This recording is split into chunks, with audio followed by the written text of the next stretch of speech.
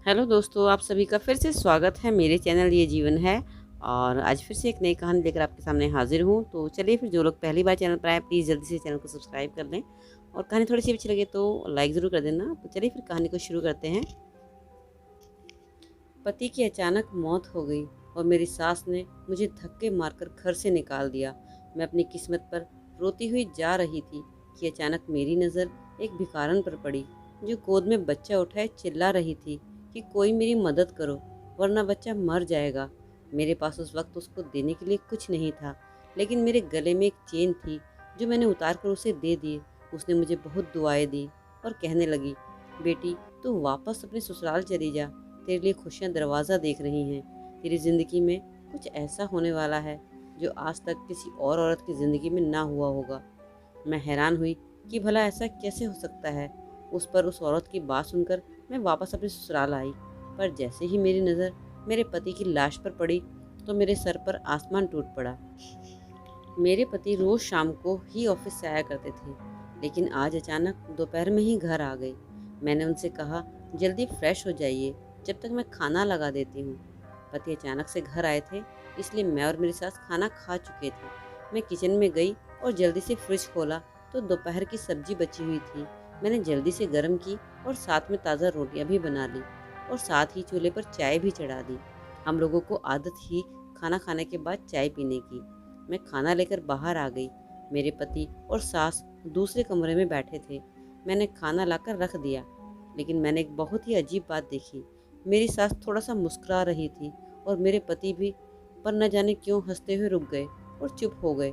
मुझे कुछ गलत होने का एहसास हुआ, लेकिन मैंने ये सब इग्नोर कर दिया। लेकिन मैं नहीं जानती थी कि मेरी ज़िंदगी में आगे कौन सा तूफान आने वाला है। मैं उठकर किचन में आई तो देखा चाय उबल चुकी थी। मैंने चाय कप में छानी और ट्रे में लेकर बाहर निकल गई, लेकिन आगे का मंजर देखकर मेरे हाथ से ट्रे नीचे गिर गया और ऐसे लगा कि किसी ने मेरी जान ही निकाल दी। मेरे पति ज़ोर ज़ोर से रो रहे थे और ज़ोर ज़ोर से अपना सीना मसल रहे थे। मेरी सास घबराकर उनके हाथ पैर मसल रही थी और साथ साथ कह रही थी कि अभय बेटा, तुझे क्या हो गया है, जल्दी खड़ा हो जा बेटा, कुछ बता तो। मेरी सास चिल्ला चिल्ला कर रो रही थी। उनकी हालत देखकर मैं भागते हुए अपने पति के पास आई।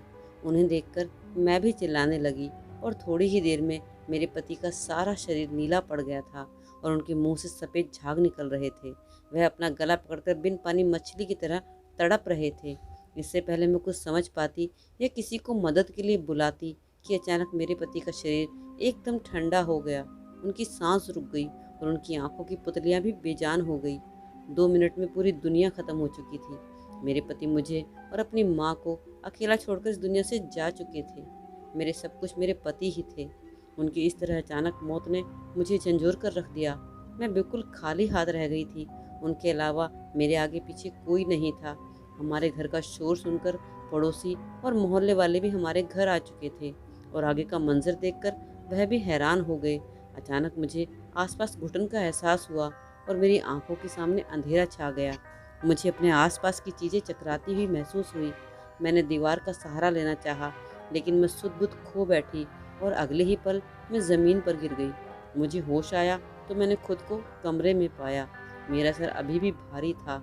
मैंने इधर-उधर देखा तो अगले ही पल सारा गुजरा हुआ पल मुझे याद आ गया और मैं बाहर की तरफ भागी तो सुबह हो चुकी थी। मैं पूरी रात ही बेहोश थी।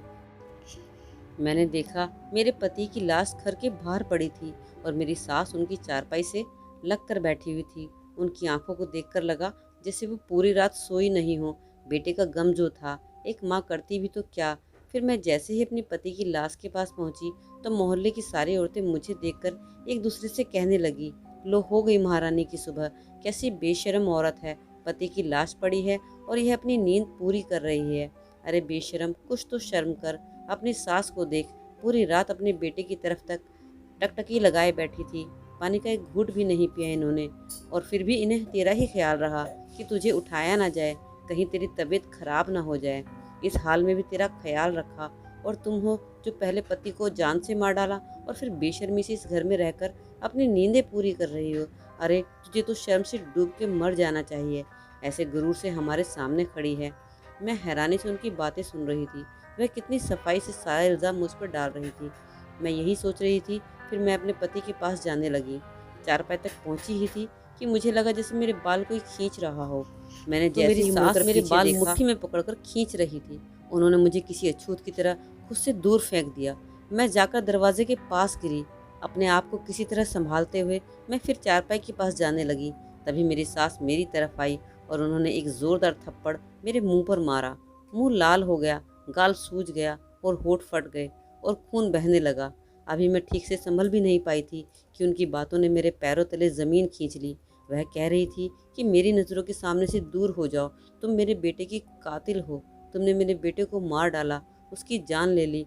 जब से मेरी बेटी की ज़िंदगी में आई हो, उसकी ज़िंदगी नरक से पत्थर बनाकर रख दी है। फिर भी तेरे कलेजों को ठंडक नहीं पड़ी कि तूने उसकी जान ही ले ली। मैंने उनके आगे हाथ जोड़कर कहा, मैंने कुछ नहीं किया, मैंने उनकी जान नहीं ली है। मैं ऐसा क्यों करूँगी भला? वह मेरे पति थे। आप मुझे उनके पास जाने से ना रोको। लेकिन मेरी सास पर मेरी किसी बात का असर नहीं हुआ। उन्होंने मुझे बाजू से पकड़कर गेट के पास ले जाकर धक्के मार मुझे बाहर निकाल दिया। मेरे ऊपर भी पति की मौत का पहाड़ टूटा था। एक तो पति से जुदाई और दूसरा घर से बेघर हो गई थी। मैं गेट के साथ लगकर रोने लगी। मैं काफ़ी देर तक वहीं खड़ी रही, लेकिन किसी ने मेरी तरफ तक देखा नहीं।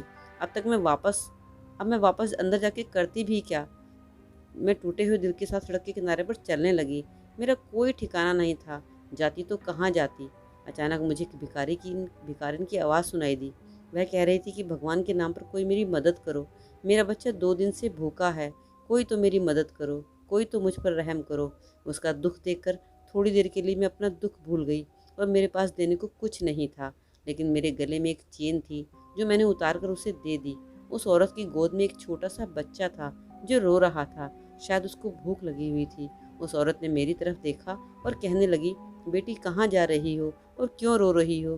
क्या तुम भी मेरी तरह दुखी हो? मैं उसकी बात सुनते ही घबरा कर इधर उधर देखने लगी तो मैं अपने घर से बहुत दूर निकल आई थी।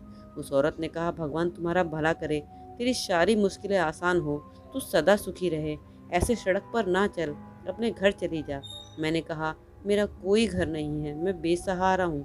उसने कहा, तू बेसहारा नहीं है, जा तू अपने घर चली जा, तेरा घर तेरी राह देख रहा है, तेरे पास तो सब कुछ है, फिर क्यों सड़क की खाक छान रही है?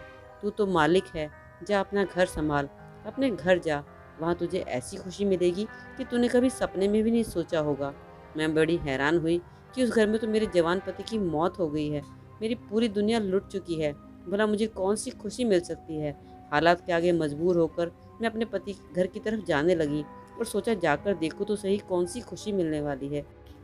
और खुशी नहीं भी मिली तो एक बार फिर से मैं अपनी सास के पैरों में गिर जाऊंगी। हो सकता है, क्या पता, उनको मुझ पर रहम आ जाए और वह आखिरी बार मुझे अपने पति से मिलने दे। इतने में मैं घर के दरवाजे तक पहुंची। मैंने देखा दरवाज़ा अंदर से बंद नहीं था।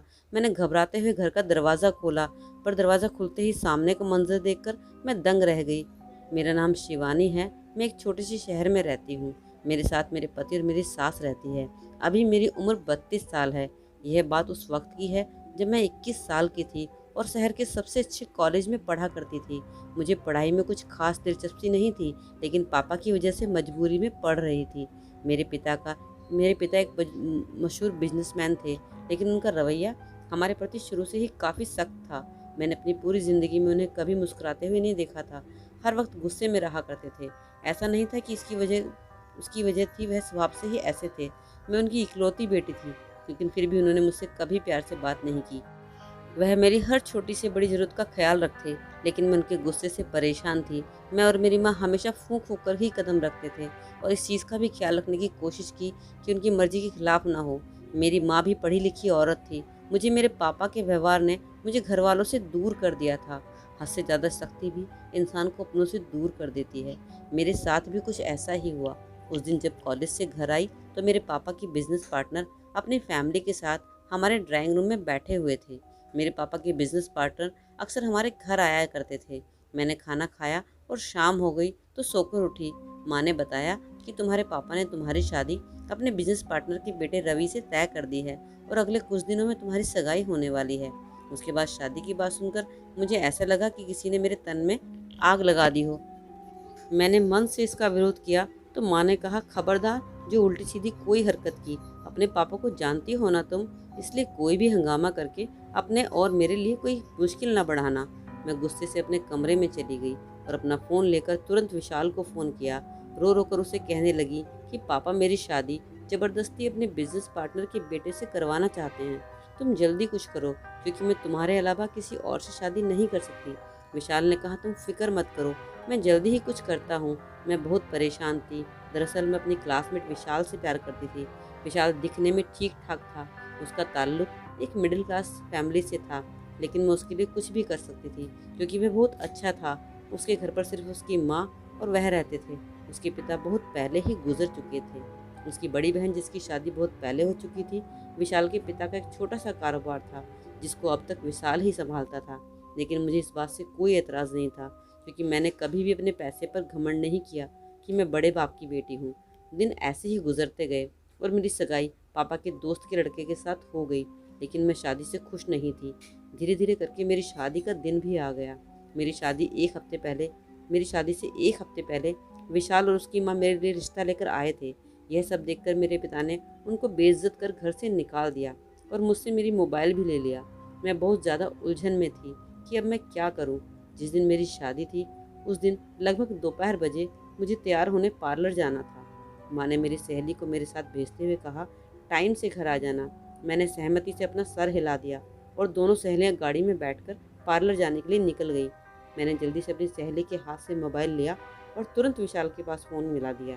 विशाल ने पहले बहुत नाराज़गी जताई कि तुम्हारे पापा ने हमारे साथ अच्छा नहीं किया, उन्होंने मेरी माँ की बेइज्जती नहीं करनी चाहिए थी, लेकिन फिर भी मैं तुम्हारी खातिर सब कुछ भुला देता हूँ।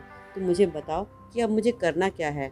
मैंने विशाल से कहा कि अब हमारे पास एक ही रास्ता है कि हम दोनों भागकर कोर्ट मैरिज कर लें। मैं पार्लर में हूँ, तुम आ जाओ और मुझे जल्दी लेकर जाओ। हम आज ही कोर्ट मैरिज कर लेते हैं। विशाल ने कहा, क्या ये सब ठीक होगा? मैंने कहा, सब ठीक होगा। मैं उनकी इकलौती बेटी हूँ, धीरे धीरे करके वह सब कुछ भुला देंगे, मुझे अपना लेंगे। विशाल ने कहा, अच्छा ठीक है, मैं तुम्हें पार्लर के आसपास ही खड़ा रहूँगा, तुम मुझे फ़ोन कर देना। पार्लर के बाहर पहुँचते ही मैंने ड्राइवर को बहाने से करके घर भेज दिया और उससे कहा, मेरे लहंगे का मैचिंग दुपट्टा घर पे छूट गया है, आप मुझे वह ला कर दे दीजिए, तब तक मैं तैयार होती हूँ। ड्राइवर के जाने के बाद मैंने विशाल को फ़ोन मिलाया और उससे आने को कहा। वह अगले ही पल मेरे पास आ गया। मैंने अपने दोस्त को सब कुछ समझा दिया था और उसके बाद मैं विशाल के साथ चली गई। हम दोनों ने मंदिर में जाकर शादी की और विशाल के साथ दुल्हन बनकर उसके घर आ गई। मैं ये नहीं जानती थी कि मैंने ये कदम उठाकर इतनी बड़ी गलती की है। उधर जैसे ही मेरे माँ बाप को लापता होने की खबर मिली, तो उन पर सातों आसमान एक साथ ही टूट पड़े। उन्होंने कभी सोचा भी नहीं था कि मैं ऐसा भी कुछ कर सकती हूँ। मेरे घर में तो कयामत सी आ गई थी। मेरे पापा इस वक्त मुझे जान से मारने के लिए तैयार थे, लेकिन माँ ने उनका पैर पकड़कर कहा, इतना गुस्सा मत करिए, वह हमारी इकलौती बेटी है। भले ही आप उसे माफ़ ना करें, लेकिन उसे वक्त दें, उसके साथ कुछ ऐसा ना करें। माँ के लाख समझाने पर भी पापा किस तरह मान गए। मुझे विशाल के घर आए एक हफ्ता हो गया था, लेकिन मेरे मायके में खामोशी थी। मैं यह नहीं समझ सकी कि तूफान के आने से पहले हर तरफ खामोशी ही होती है। मैं सुकून से अपनी ससुराल में ज़िंदगी गुजार रही थी। मेरी सास बहुत अच्छी थी, ज़िंदगी बहुत अच्छे से गुजर रही थी। मैंने अपनी पढ़ाई छोड़ दी थी, लेकिन विशाल ने अपनी पढ़ाई जारी रखी और साथ साथ वह अपना काम भी करते थे। मेरी सास आस पड़ोस के कपड़े सिलाई किया करती थी। मैंने भी उनके साथ रहते रहते सिलाई सीख ली थी। मेरे ससुराल वालों की स्थिति बहुत अच्छी नहीं थी। मुझे शुरू में परेशानी हुई, लेकिन धीरे धीरे मैं यहाँ एडजस्ट हो गई थी। इसी तरह हमारी शादी को 6 महीने गुजर गए। मुझे महसूस हुआ कि मेरी सास का व्यवहार मेरे साथ कुछ अजीब सा होता जा रहा है।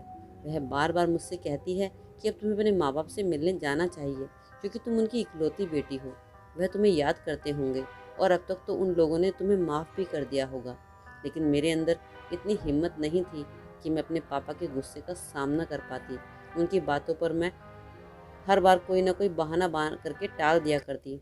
दिन गुजरते जा रहे थे। विशाल भी अब उखड़ा उखड़ा रहने लगा था। एक बार मैंने सोचा कि पूछ लेती हूँ, लेकिन फिर सोचा हो सकता है काम का प्रेशर ज़्यादा हो, इसलिए परेशान हूँ। उस दिन भी हर रोज़ की तरह विशाल नाश्ता करके अपने काम पर चले गए थे। पीछे से मैंने अपने सारे काम निपटाए और आराम से बैठ गई, क्योंकि अब मेरे पति को रात को ही आना था।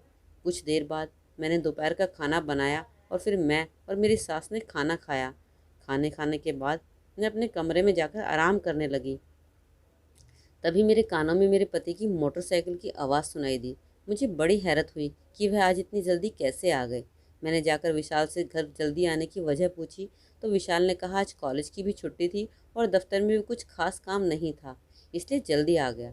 मैंने अपने पति को खाना निकाल कर दिया और उसके बाद किचन में चाय लेने गई। वापस आई तो देखा मेरे पति मर चुके थे। मैं यह मंजर देख न पाई और बेहोश हो गई। जब मुझे होश आया तो सुबह हो चुकी थी। मैं अपने मरे हुए पति के पास जाना चाहती थी तो मेरी सास ने मुझे यह कहकर उनके पास न जाने दिया कि तुम कातिल हो, और यही कहकर उन्होंने मुझे घर से बाहर निकाल दिया। मैं रोते हुए सड़क पर चलती जा रही थी।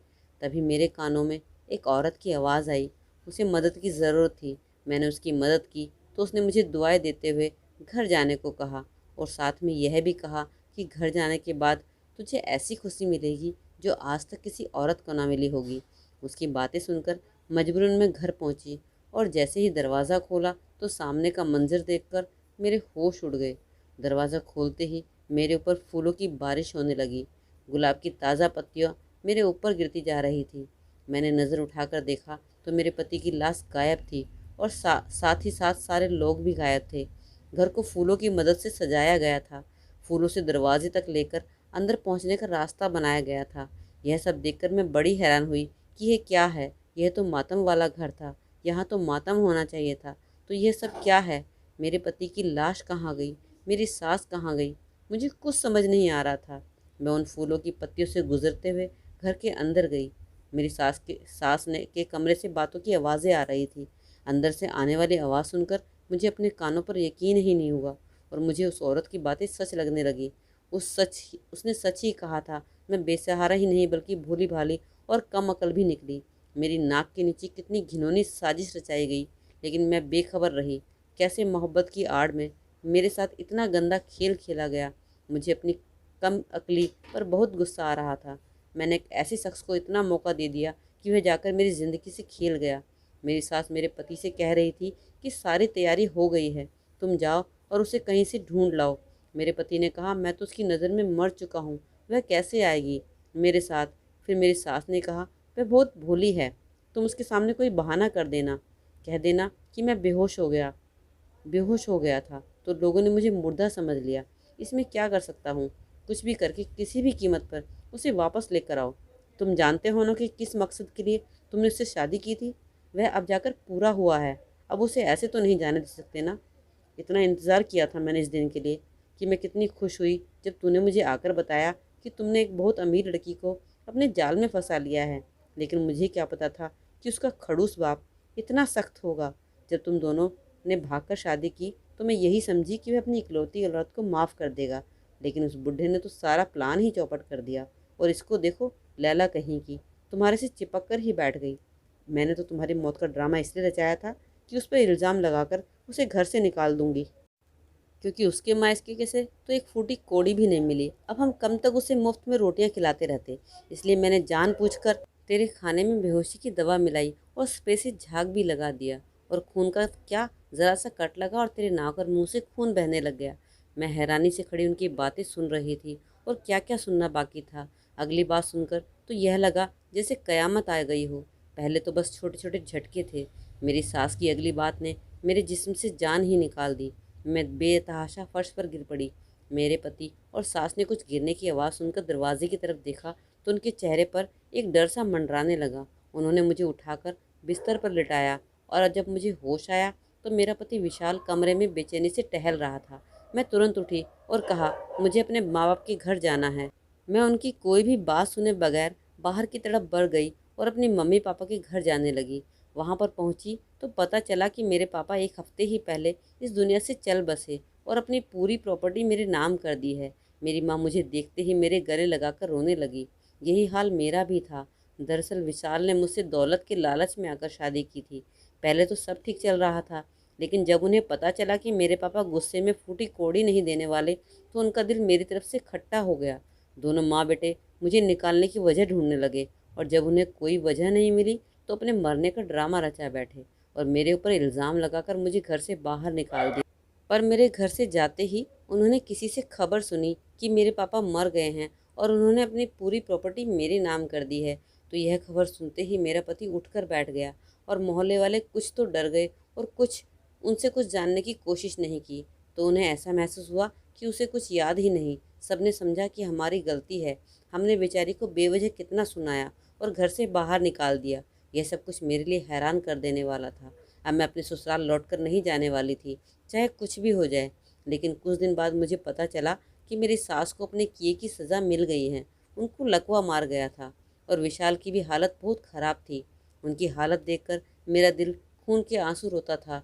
चाहे उसने मेरे साथ जो भी किया था, लेकिन मैंने उससे मोहब्बत की थी, इसलिए ना चाहते हुए भी मैंने उसे माफ़ कर दिया। अब मेरी सास और मेरे पति बहुत बदल गए हैं।